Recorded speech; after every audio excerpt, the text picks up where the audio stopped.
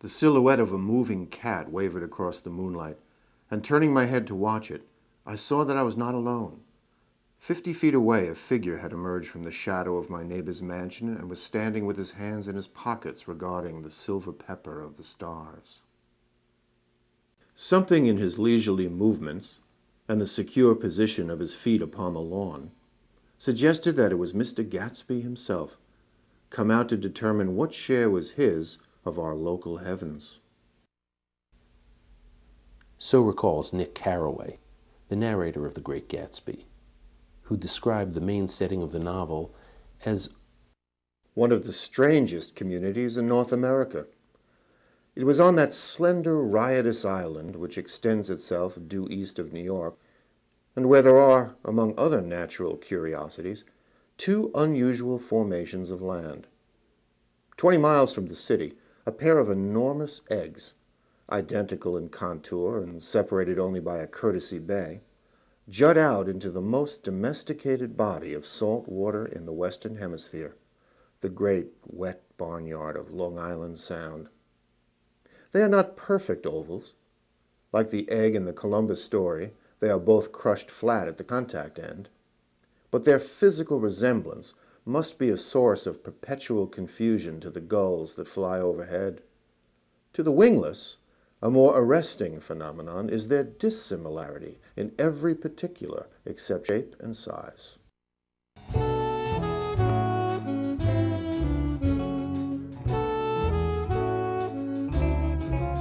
You'll never get to East Egg if West Egg's your starting point. You can set your sails for East Egg, but you'll never get into the joint.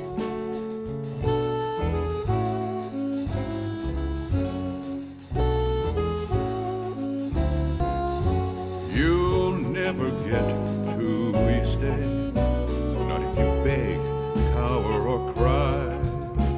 If you've bread in the bone at West Egg, well, you might as well not even try.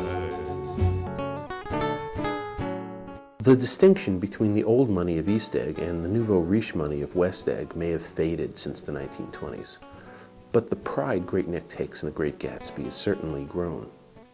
In 1926, the town indignantly denied being the model for such unseemly, scandalous reveling as Fitzgerald describes.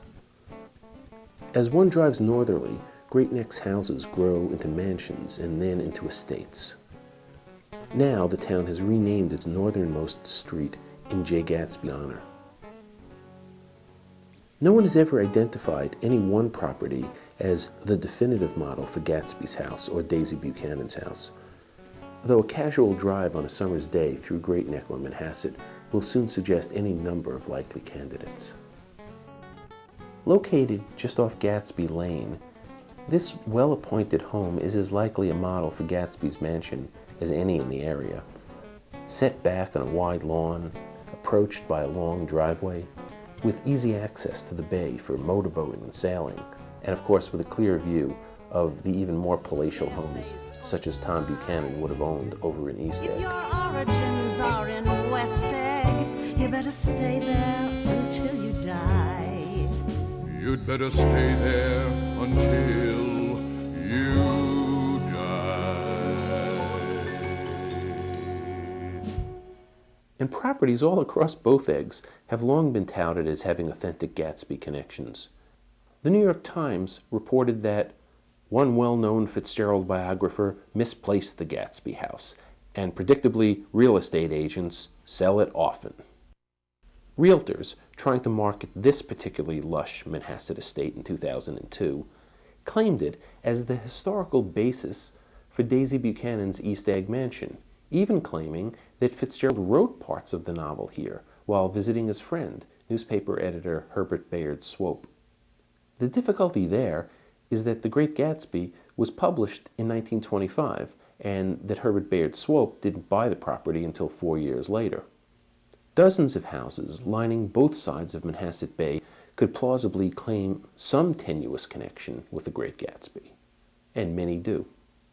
There is, however, some connection with Herbert Bayard Swope.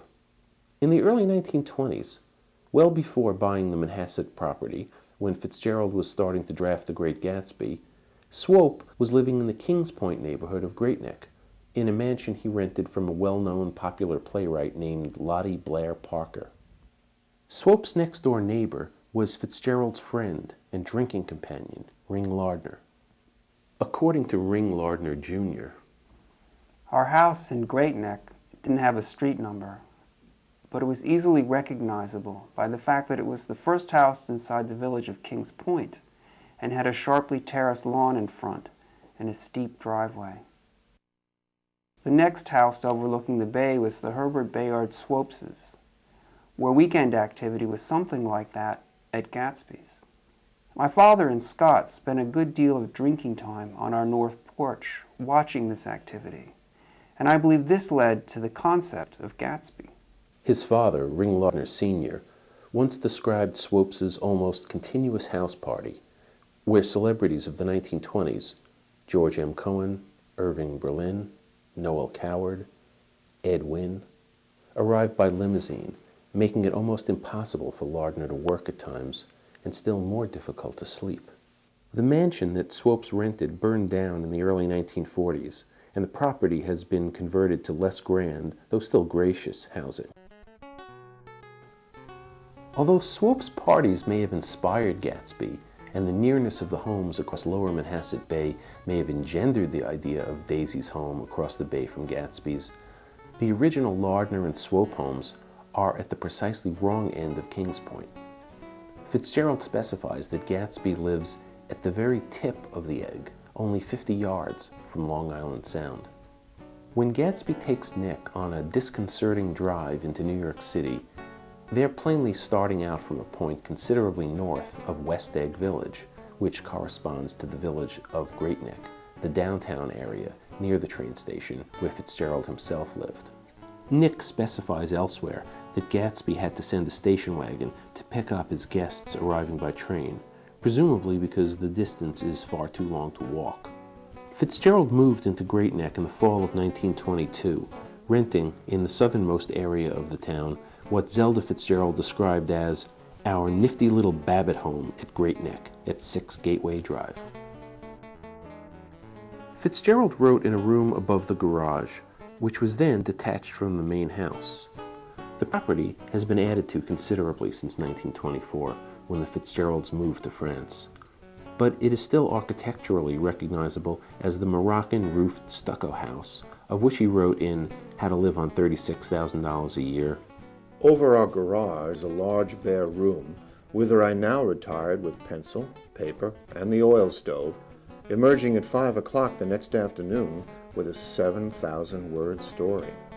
Before the garage was attached to the house, sometime in the 1970s, it was described by a visitor as drab and surprisingly small, with a naked dangling bulb, 2 windows and a bathroom, a place for a writer to describe wealth without living in it. The Spartan studio aside, 6 Gateway Drive was as close as the Fitzgeralds would come to living in a well-appointed domicile. Fitzgerald kept a Rolls-Royce, which he would drive into Manhattan when he wasn't taking the commuter train. The Long Island Railroad was within easy walking distance of 6 Gateway Drive. And Fitzgerald was a regular railroad commuter, and sometimes more than that.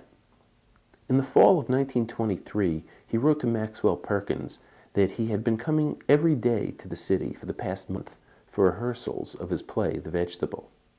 By the purest of chances, September of 1923 also happens to have been one of the months that the LIRR took photos alongside their tracks, showing us exactly some surroundings as Fitzgerald viewed them. These archival shots were all taken from approximately 50 feet south of the tracks through Corona in September of 1923. The railroad line, the LIRR, that Fitzgerald and his characters in The Great Gatsby rode into Manhattan still runs along the same route. Some of the sights they would have seen have long vanished. Others still remain. Union Church was visible from the tracks in 1923, for example, and it still stands unaltered today. Besides the natural obliteration of a lot of 1920s geography, One significant difference between their ride then and ours today concerns the elevation of the LIRR tracks, which ran on the same level as automobiles at first. In the fall of 1922, when Fitzgerald moved to Great Neck, New York State elected as its governor Alfred E. Smith, who had pledged to eliminate the numerous deadly accidents and far more numerous delays resulting from the LIRR trains speeding through thousands of automobile intersections, separated only by movable guardrails. By the end of the 1920s, when The Great Gatsby was already in print, the view Fitzgerald had had from the train tracks would have been rendered partly obsolete by Governor Smith's investment of millions of tax dollars to elevate virtually all the railroad lines in New York City above or below that of street traffic. One of the few station stops in New York City whose railroad tracks still cross at street level, just as Fitzgerald would have observed, is the first stop on the LIRR line that Fitzgerald rode, at Little Neck. Fitzgerald would have seen every one of these sights as he rode to and from Manhattan, as would Nick Carraway and Tom Buchanan. The plot of Fitzgerald's novel required him to rearrange both major streets and railroads of Queens, including the Motor Road and the Long Island Railroad. Nick Carraway reports, somewhat inaccurately, that about halfway between West Egg and New York, the Motor Road hastily joins the railroad and runs beside it for a quarter of a mile, so as to shrink away from a certain desolate area of land. This is a valley of ashes. in reality, the Motor Road, seen here crossing the Flushing River towards the northern part of the photo, does nothing of the kind. Route 25A, which was the only motor road between Great Neck and Manhattan in the early 1920s, actually draws further from the LIRR tracks, so that the two are over a half-mile apart at the Flushing River. But Nick Carraway maintains that when Tom Buchanan forces him to leave the train, they walk merely 100 yards along a railroad fence until they reach the house where Tom's mistress, Myrtle Wilson, lives on the Motor Road. Actually, if they were to leave the LIRR, as Nick says, immediately before the train crosses the river, they would have had to navigate not 100 yards, but 1,000 tangled yards of fenced-in properties. Coal sheds, manufacturing yards of a wood, coal, lumber, lime, and cement company, a foundry, a power plant, another coal company yard, another lumber company. Perhaps 2 or 3 dozen buildings in all occupied the section of Flushing pictured here in 1902, which only got more industrialized in the years between 1902 and 1922. The section of the LIRR between the Flushing station and the river was elevated above street level in the summer of 1912, exactly 10 years before The Great Gatsby is set. Workmen have built one retaining wall on the left and will build another on the right, showing how far above the street level the train will run after 1912. At that exact spot, the tracks ran at street level, and cars were protected by movable crossing rails. But when the elevation was completed, the train tracks ran above the street. Here, the street-level train tracks are still in use, at the exact center of the photo, while the elevated line is being completed. So by 1914, the entire Long Island Railroad west of Flushing has been raised a full story above street level. There was also another set of LIRR tracks to cross, those of the freight train line running about halfway between the passenger line and the Motor Road. If Tom and Nick had been able to transverse this densely occupied half-mile of fenced-off private property, it would have taken them at least a half hour and considerable difficulty. Or they might have walked east to the next through street, Lawrence Street, which stands about a quarter of a mile from the LIRR drawbridge, and then walked another half-mile north.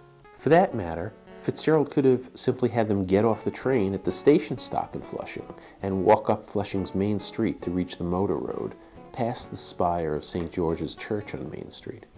But Fitzgerald couldn't have allowed his characters Tom and Nick to get off the train at the station and make this slightly more sensible stroll, because that would have placed Tom and Nick even further from the ash heaps.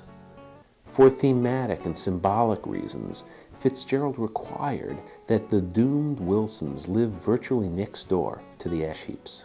The 1991 Cambridge annotated Great Gatsby places the Wilsons' garage at one of two alternate locations, both on the east bank of the Flushing River. But both of those locations would place the garage, which Fitzgerald describes as the only building in sight on the edge of the wasteland, in the middle of the crowded town of Flushing.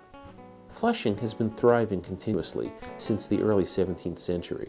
So if the Wilsons were to live on the eastern side of the foul little river, as Fitzgerald calls it, they would have had to live in the comfortable middle-class neighborhood of Flushing instead of where he wants the Wilsons to live, on the western shore of the river, in the dismal and barren wasteland of the ash heaps.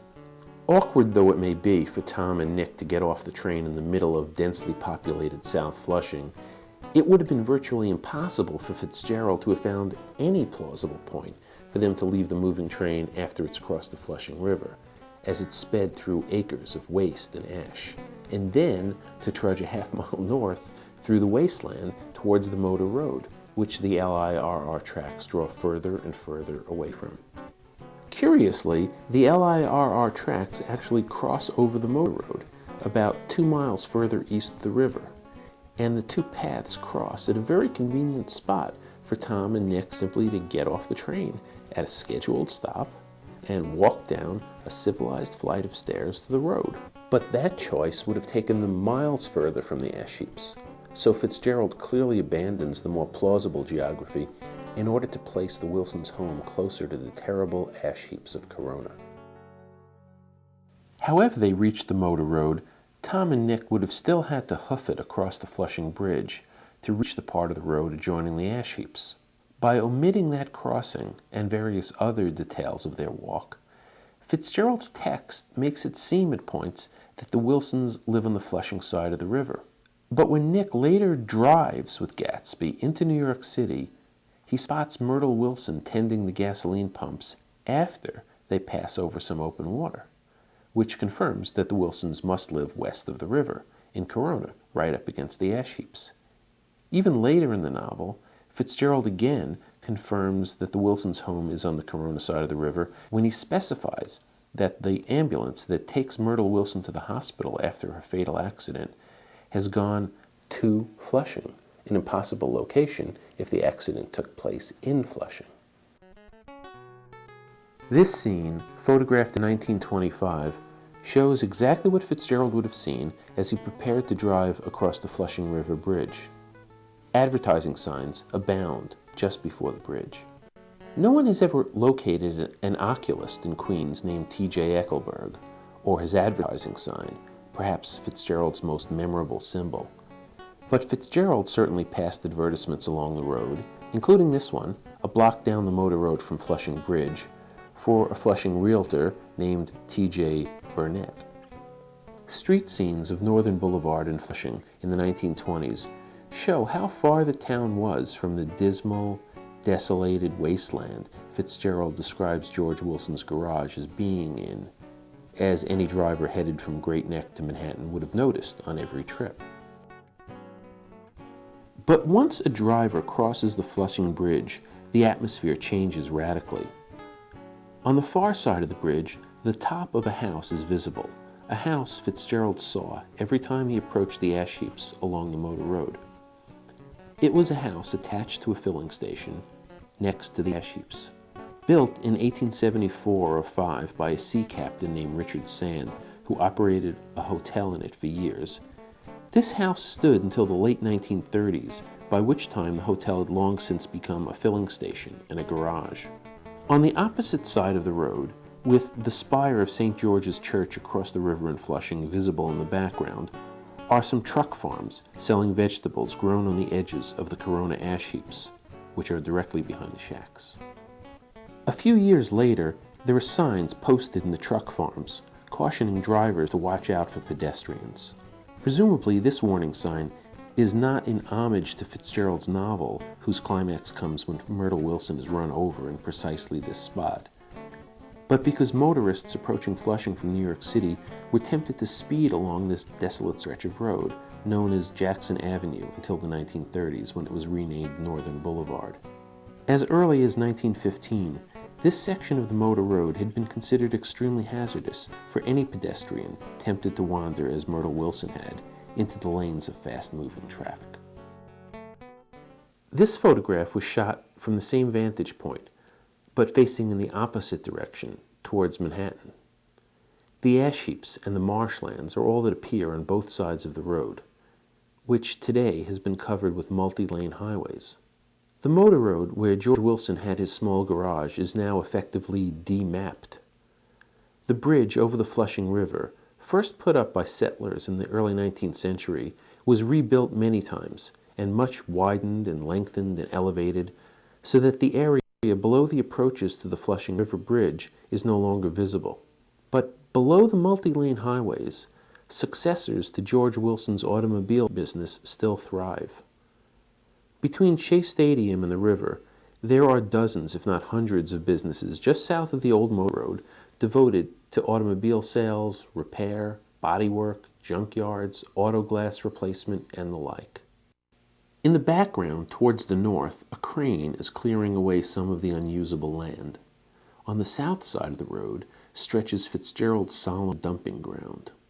The Valley of Ashes is literally a valley, sloping to the west of the Flushing River, originally a primordial lowland marsh which made northern Queens difficult to cross until the mid-19th century, when the Long Island Railroad threw a drawbridge and a set of tracks across the marsh, connecting the railways out to eastern Long Island with the tracks leading from Manhattan, and opened Long Island to New York City.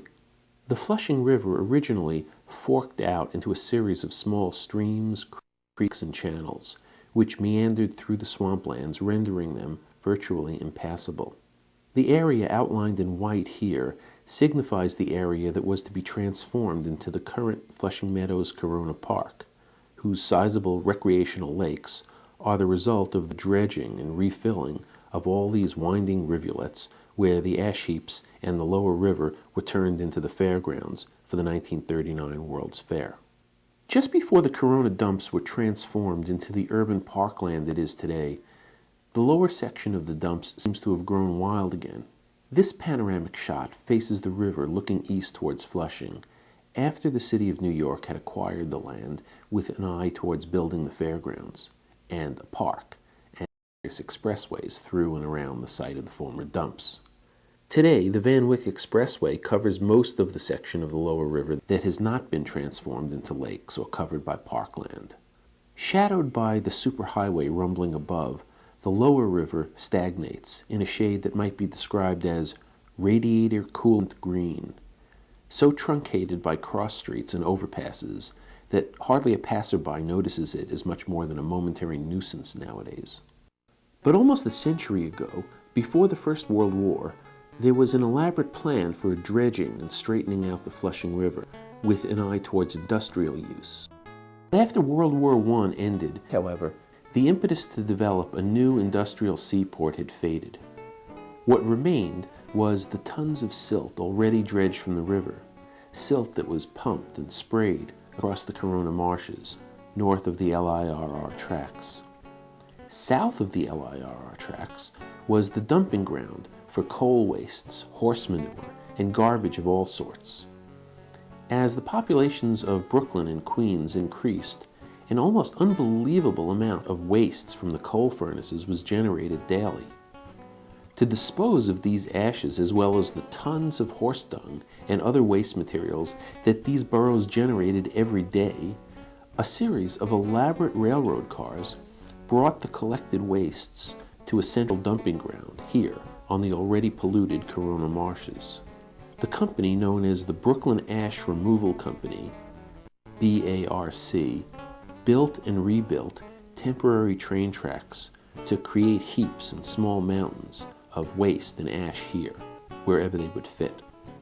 This is a valley of ashes, a fantastic farm where ashes grow like wheat into ridges and hills and grotesque gardens. where ashes take the forms of houses and chimneys and rising smoke, and finally, with a transcendent effort, of ash-gray men who move dimly and already crumbling through the powdery air. Occasionally, a line of gray cars crawls along an invisible track, gives out a ghastly creak, and comes to rest. And immediately the ash-gray men swarm up with leaden spades and stir up an impenetrable cloud, which screens their obscure operations from your sight. Until the early 20th century, the shoreline of Flushing Bay was a popular vacation spot. The building towards the right-hand side of the bluff was a popular hotel, still standing when Fitzgerald would have passed it on his route into Manhattan. And below was a beach formerly suitable for boating, fishing, and in summer swimming, until the city of New York declared the polluted beaches unfit for bathing. By the mid-1920s, the shoreline was deemed suitable only for industrial dumping. Today, the shoreline runs from LaGuardia Airport along a promenade bordered by the World's Fair Marina, running past Shea Stadium. The old fishing and bathing access has been replaced by a pleasant promenade, featuring a plaque acknowledging Fitzgerald's use of the area in his novel. As Fitzgerald drove towards Manhattan, he passed some buildings which still stand today. These buildings first went up around 1922 on Northern Boulevard between 99th Street and 100th Street, which constitute a fashionable middle-class shopping district. Today, they still stand a little less fashionable, but still functioning. Other scenes have completely disappeared. This early 1920s scene of a crossing of an LIRR freight track and a street in Flushing was demolished for the widening of the Flushing Bridge in the mid-1930s. Note the cars in this 1922 photo and the contrast between their spareness and the grandeur of Gatsby's cream-colored circus wagon, as Tom Buchanan derisively calls it, which he would be driving down Northern Boulevard towards Manhattan. With fenders spread like wings, we scattered light through half Astoria. Only half, for as we twisted among the pillars of the elevated, I heard the familiar jug spat of a motorcycle. Actually, it was Long Island City, not Astoria, where Northern Boulevard passes briefly beneath the elevated train, just before the 10-mile journey to Manhattan ends at the Queensboro Bridge.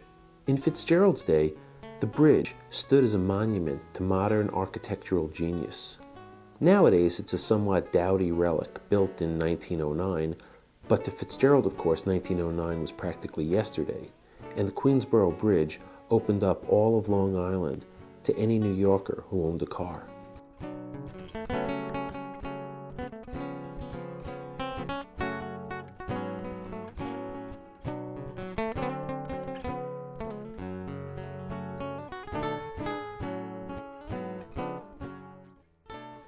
Over the great bridge, with the sunlight through the girders making a constant flicker upon the moving cars, with the city rising up across the river in white heaps and sugar lumps, all built with a wish out of non-olfactory money.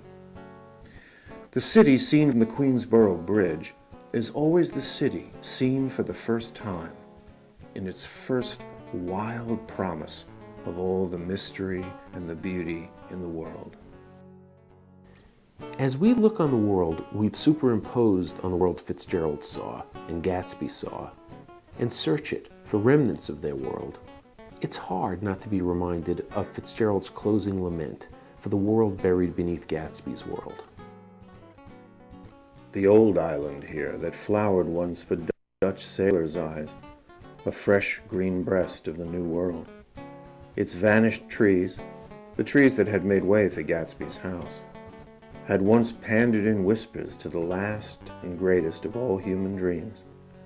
For a transitory enchanted moment, man must have held his breath in the presence of this continent, compelled into an aesthetic contemplation he neither understood nor desired, face to face for the last time in history with something commensurate to his capacity for wonder.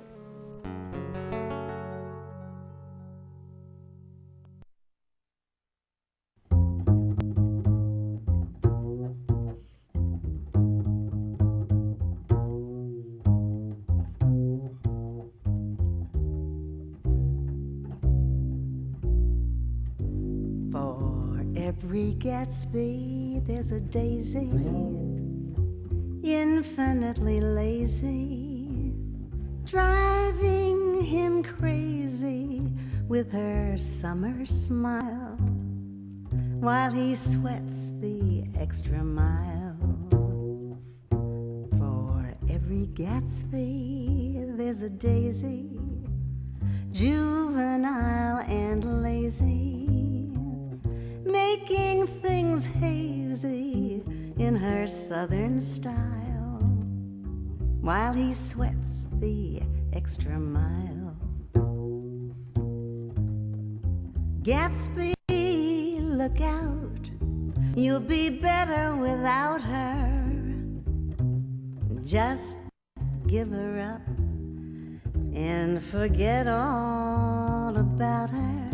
For every Gatsby there's a daisy, shimmering and crazy, still with a glimmer of her old high style, while he sweats the extra mile, the extra mile, the extra mile, the extra mile.